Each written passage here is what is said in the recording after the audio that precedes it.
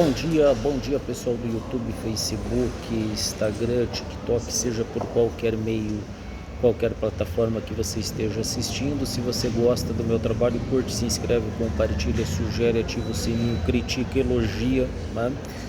Toda crítica é bem-vinda, afinal as críticas não me abalam, os elogios não me iludem, né? Mas eles são necessários, né?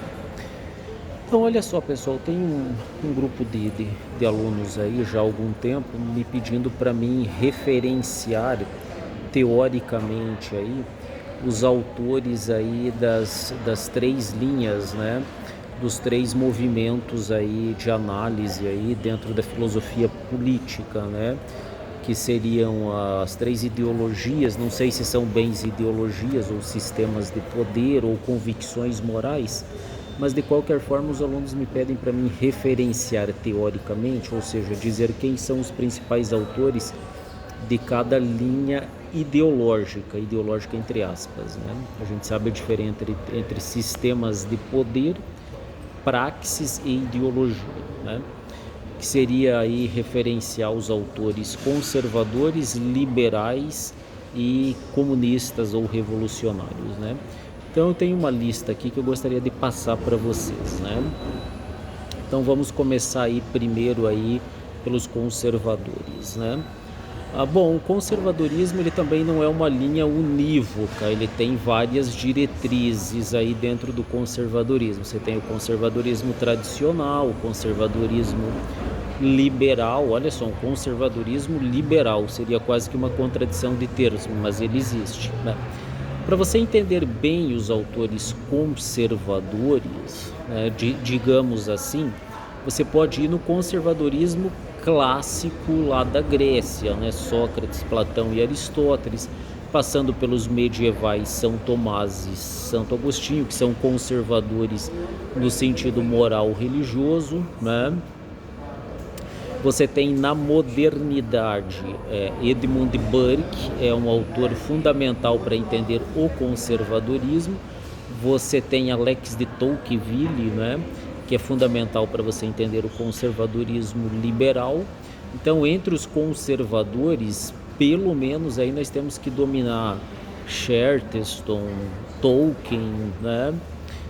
Alex de Tocqueville, como eu já citei, temos que dominar aí o Edmund Burke, né, para você pelo menos aí ter uma referência aí genérica aí, mas já bem fundamentada, né? Então, o conservadorismo ele tem, como eu citei, ele tem várias linhas. Você pode começar pelo conservadorismo lá dos clássicos gregos, né, Sócrates, Platão e Aristóteles, né? Você pode pegar aí na Idade Média, os principais autores da Idade Média, Santo Agostinho, São Tomás, Abelardo, e você tem os árabes, Averroes e Avicena, mas aí já seria um conservadorismo moral no sentido religioso, ligado à tradição religiosa. No conservadorismo político é indispensável você pegar o Edmund Burke, por exemplo. Por quê? Porque ele vai ser o grande crítico da Revolução Francesa, que é uma revolução liberal, pelo menos de início, né? É fundamental entender o Edmund Burke. Alex de Tocqueville, que já é um conservador liberal, importantíssimo de entender. Além dos clássicos aí, Chesterton, né, Tolkien, né? São autores, Oswald Spengler, né, um alemão também é importante nós nos atermos. Por que não no século XX, Ortega y Gasset, né? Ortega y Gasset é um autor indispensável dentro aí das leituras do século XX. Quem mais além do Ortega y Gasset? Eu acho que seriam esses basicamente, né? Basicamente é pelo menos o princípio, né? No século XX, Ortega y Gasset fundamental.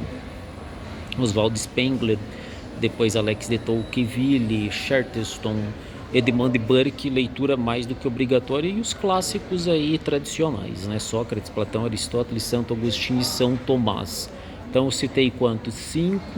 Sócrates, dos conservadores, Sócrates, Platão e Aristóteles, Santo Agostinho e São Tomás, 5, Edmund Burke, Alex de Tocqueville, 7, Oswald Spengler, 8 e Ortega y Gasset, 9.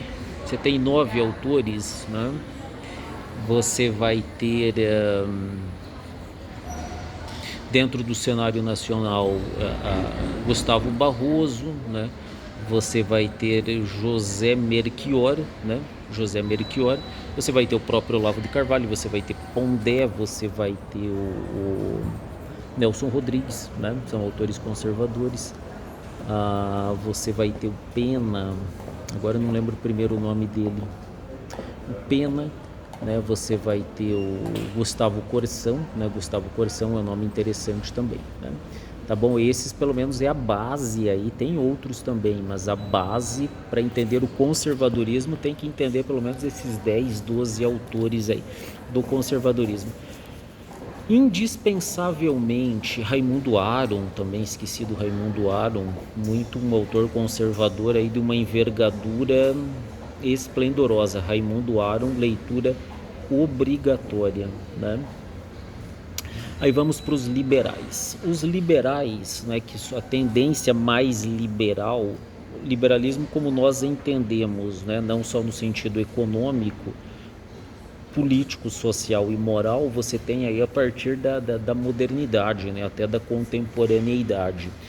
Você vai ter, obviamente, o liberalismo clássico, né? David Ricardo e Adam Smith é o liberalismo clássico. Aí você vai ter o Tocqueville também, você pode fazer uma leitura dele como conservador ou como liberal. Você vai ter, além dos iluministas, né, você vai ter o próprio John Locke, é um autor liberal. Rousseau, né, ele vai ser um autor que ele pode se encaixar dentro de um certo liberalismo, e depois vai ser feita uma reinterpretação, uma releitura dele dentro do movimento revolucionário também, né? Então você tem os iluministas, todos os enciclopedistas, né? Voltaire, Diderot, Rousseau, John Locke, o pai do liberalismo econômico, né?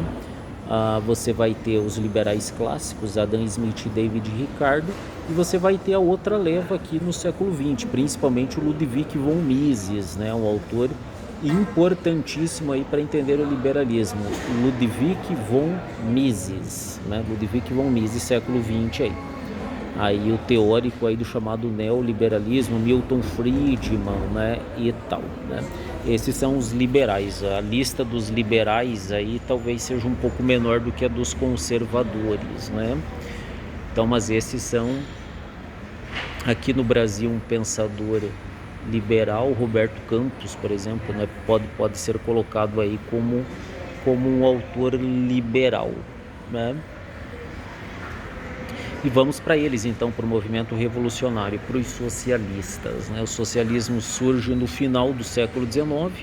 O Rousseau, né, lá na Origem da Desigualdade, né, que para o Rousseau está na propriedade, ele já pode ser entendido como um conservador liberal contra o antigo regime e socialista também contra o capitalismo. Então, Rousseau, né, dentro da mentalidade socialista ou comunista ou revolucionária, Rousseau.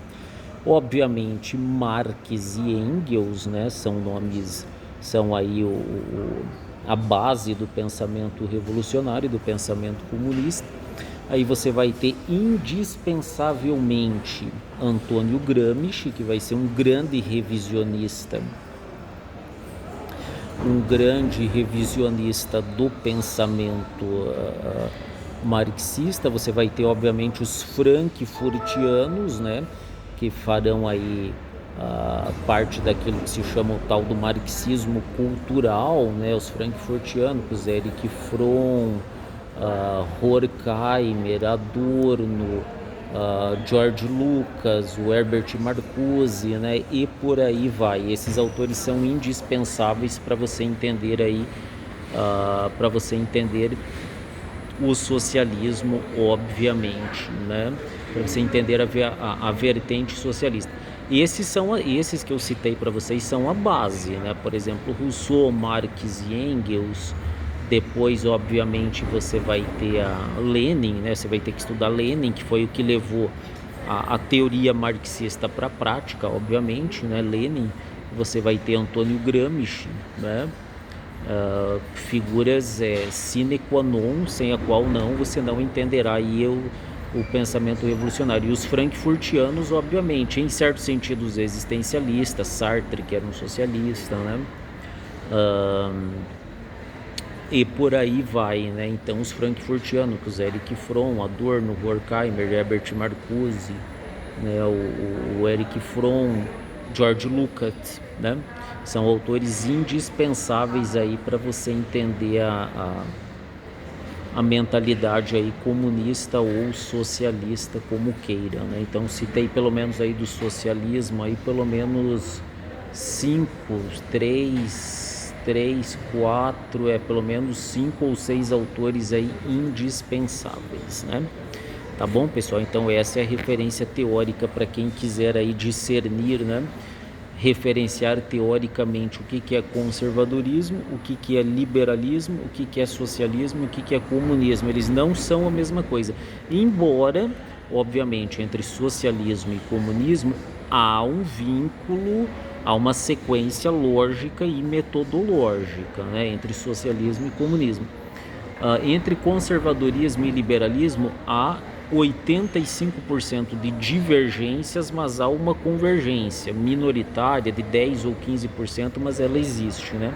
Entre liberalismo e socialismo, mais ou menos, há mais divergências, obviamente, do que convergências, né? Então vamos tentar costurar essa questão aí,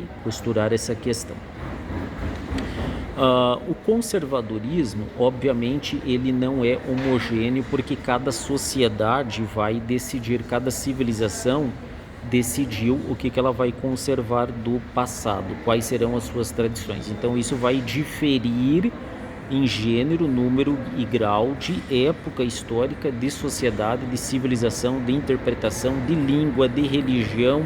Existem 1 trilhão de conservadorismo. Uma sociedade indígena conserva, ela pode ser conservadora dentro dos seus critérios, dos seus padrões, né?